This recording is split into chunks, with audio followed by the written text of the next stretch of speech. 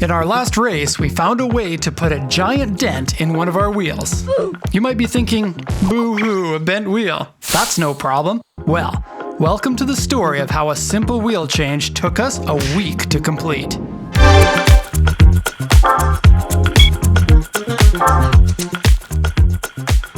When we bought the car, it came with some handy-dandy wheel spacers. These ones convert the bolt pattern from 4x100 to 4x114.3. While these will open up a lot of wheel options, they are a dead weight for us and have to go. This is also post-COVID shutdown where we're back in the office, but since we were all working from home, I didn't do any cleanup while I was here. We got a nice shiny set of Workmeister CR1 wheels in the correct bolt pattern for our Roadster. With the new wheels, we're also upping the game for tires. Gone are the 205 tires because we got some new meaty boy 245 ones. We're hoping that the wider tires will help in the corners enough to offset the added weight. We need to find a way to fit all of these wheels and tires into our little car. This is the first time that we've actually seen this car on video. We've had this for 2 years now. This is a turbocharged Toyota Vitz factory turboed from TRD. Yeah, we bought it for the sake of resale, but turned out that we couldn't do that because the transmission is that it makes a crunchy sound when you change gears. This is what we're working with. Say it again. This is what we're working with. That's so cool. 1, 2, 3, 4, 5, 6 in the back. Real race car style. 2 in the passenger seat, cause who needs friends? And look, you don't need a race car. Take anything out of the Vitz. Everything still fits. That's an economical car. Hey, tires come back from the shop now. The Vitz magically turned back into a BB. I don't know if you noticed. Oh, these look. You want to take the meat out of the car? Dang, Derek. Right? Show me your meat. Damn. That's meaty. Look at us. Wow. Very cool. You want to guess? Yeah. So mine's going to be 17.4. Oh. It's going to be my weight guess. Mine was in the 15s. Really? I'm thinking 15.8. Okay. But they feel heavier than that, so.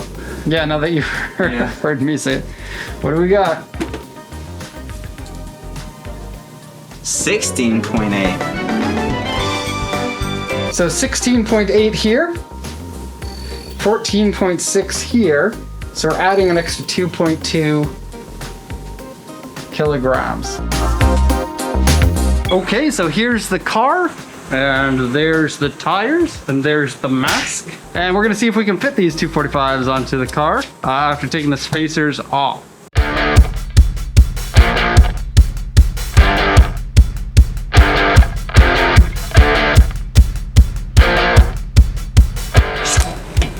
Whoa, that's tightening it up. Okay, roadblock number 1. Now this is the whole reason why we had troubles to begin with. This is stupid spacer thing to go from the 4x100s that's original to the 4x114.3 that it has right now. We want to take these off now that we have the appropriate wheels to fit on there.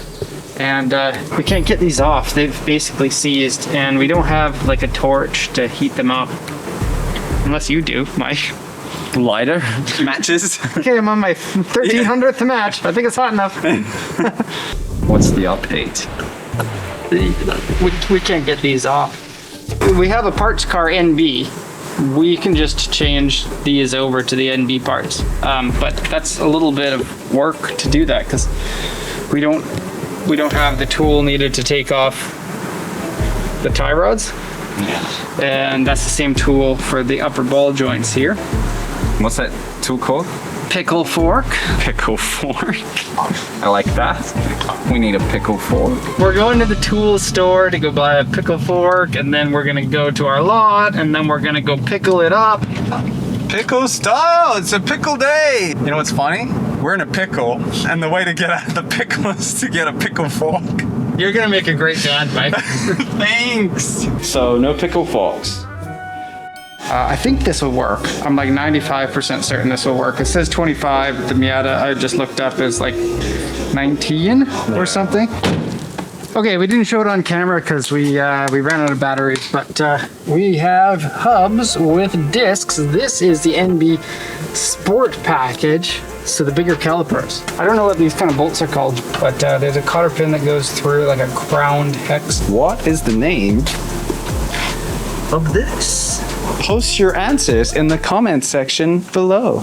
So there are 3 bolts to take off, 1 for each one of the ball joints.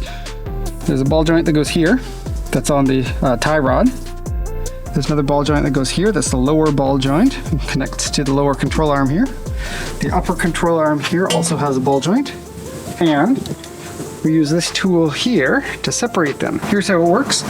This piece here holds the bottom of it, and this piece here you screw in to push the threaded bolt section down, and it will just come undone. Keep turning this. Now you can hit it with a hammer. There we go. We solved the problem as soon as this goes on. Ta-da! Yay! That's wicked. Okay, it's nighttime now. We have no more sun. Here's where we're at. We got a broken piece, so we had to replace one of the ball joints because one of them got damaged while taking it out. That one, I mean, that's not so big of a problem, but of the 3 ball joints, this one is okay, this one is okay, and this one is impossible to screw the nut in enough to get down to the holes that you need to put the cotter pins through. Both left and right have the same problem. Whether you take out, like put in this one first, or this one, it doesn't matter.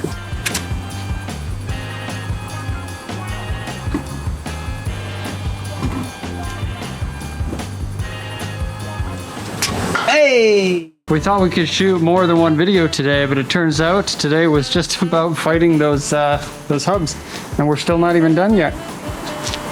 And so we'll let the car down, and we'll check for fitment. We'll drive it super slowly because we haven't bled the brakes yet, and we don't know about that upper mount. So yeah, research time for that. But let's let it down, and we'll check. Make sure that our drastically unsafe car is as safe as possible at the moment. That is tight. We are right up against the wall here. Okay, there's lots of room back here. So just on full lock, but to be honest, Mike, We don't do full lock. They're actually in pretty far. Yeah, I guess the spaces made a lot of difference. Will you live for another race? We are now 13 days out from the race, and I'm coming here to get some parts. Now, we tried to, me and my son, take some of the control arms off of the lots Miata that we have. Keep in mind, if you put spacers onto your race car, you may never be able to get them off. And this wasn't me that put the spacers on, they came that way. Here's what we're dealing with. This one here is the upper control arm, right? It has a ball joint in it. And this ball joint that is in the upper control arm is a different size than the one between the NA Miata and the NB Miata. So this one here, as you can see, is a 2nd generation Miata. Our race car is a 1st generation Miata. The control arm is the same, but this screw is like 1/2 centimeter longer on this one than it is on the NA. And we're using the hub from this one because we had to throw out the hubs from the NA because the spacers were sealed on them. So what I'm gonna do today is take this guy out and then put it into the next car. So there's a single bolt that goes through that mount to this mount, and you just gotta pop that bolt out. Now that you've got it loose, by rotating this one here, this one over here will rotate at the same time. You see that? So I'm going to put a vice grip on here to prevent it from spinning so that I can get the rest of the bolt off. And the bolt is out. I had to undo the bracket for the sway bar just a little bit in order to get enough clearance for the long bolt to come out. Here it is. And now this should, in theory, be able to come right off. There we go. Okay, got the control arms off, and I'm gonna go head over to the office and go get the Miata. It's over in a different parking lot at the moment, and then gonna go try to put these on. You going to get the car? You can see Tokyo over there. You can see a JZX 100 over here. Some people use this parking lot just to park their cars long term when they're not their daily driver. A Mark II Golf with hood scoop and TE37s. That's actually really cool. I would like to give him a letter on his windshield that says your car is cool. Cool. A mini station wagon. Cool. An 8.6. And a Miata. I bet you ours is faster. And an 8.6. Ooh, and a Jaguar. An M3. Another Mini. Wonder what's underneath this. Auto Works. Here it is. Stupid me parked out in the open. There is underground parking as you saw, but our leaky top Miata is going to be all wet inside. I guess it's my price to pay. And how much do we get to bring out our seat? Oh man. Okay, so here's the old and the new ones right next to each other. As you can see, they're of the same part. Here perhaps you can see a slightly different length of the ball joint bolt. It was a small pain in the butt putting them in. Really not that bad. The biggest problem is that well, when you thread this up, the ball joint spins. You just have to lift up the hub in order to make a compression, and then it'll go right in. So we're done here. We're going to move on to the brakes because we have this side up. So the old pads still had a lot of life left on them. You can see there. These are just stock pads though. We have these up the market. Project Mu Racing N1. Apparently these are good for a lightweight sports car for endurance racing. That's what Project Mu says. And so I shall believe them and install them into my car. Yeah, okay, so we got everything in. It's not the end of the story though. We still have to get those spacers off the back now. Whew. So hopefully the back is easier than the front.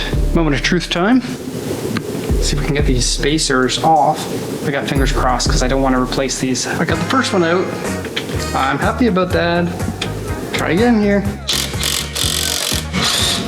Look at that. Not seized. Oh, I'm so happy about that. Okay, I'm gonna do the rest of them and whip this silly spacer off, and then we can put our real tires on the rear. The world's most difficult tire change. Here it comes.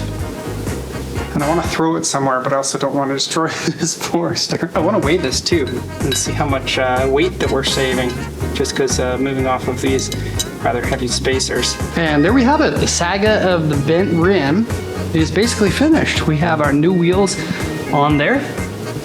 And before we go, let's just see how much these weight savings is. 1, 2, and we saved 2.2 kilograms. 2.2 kilograms, and that's spinning weight. Wow, what a mess. Thank you for coming along for the ride. If this video wasn't enough of a struggle, get ready for the next one. With only a week before the next race, we decided to drill too many holes and break a bunch of interior parts. You want to see more? Hit that subscribe button to follow along.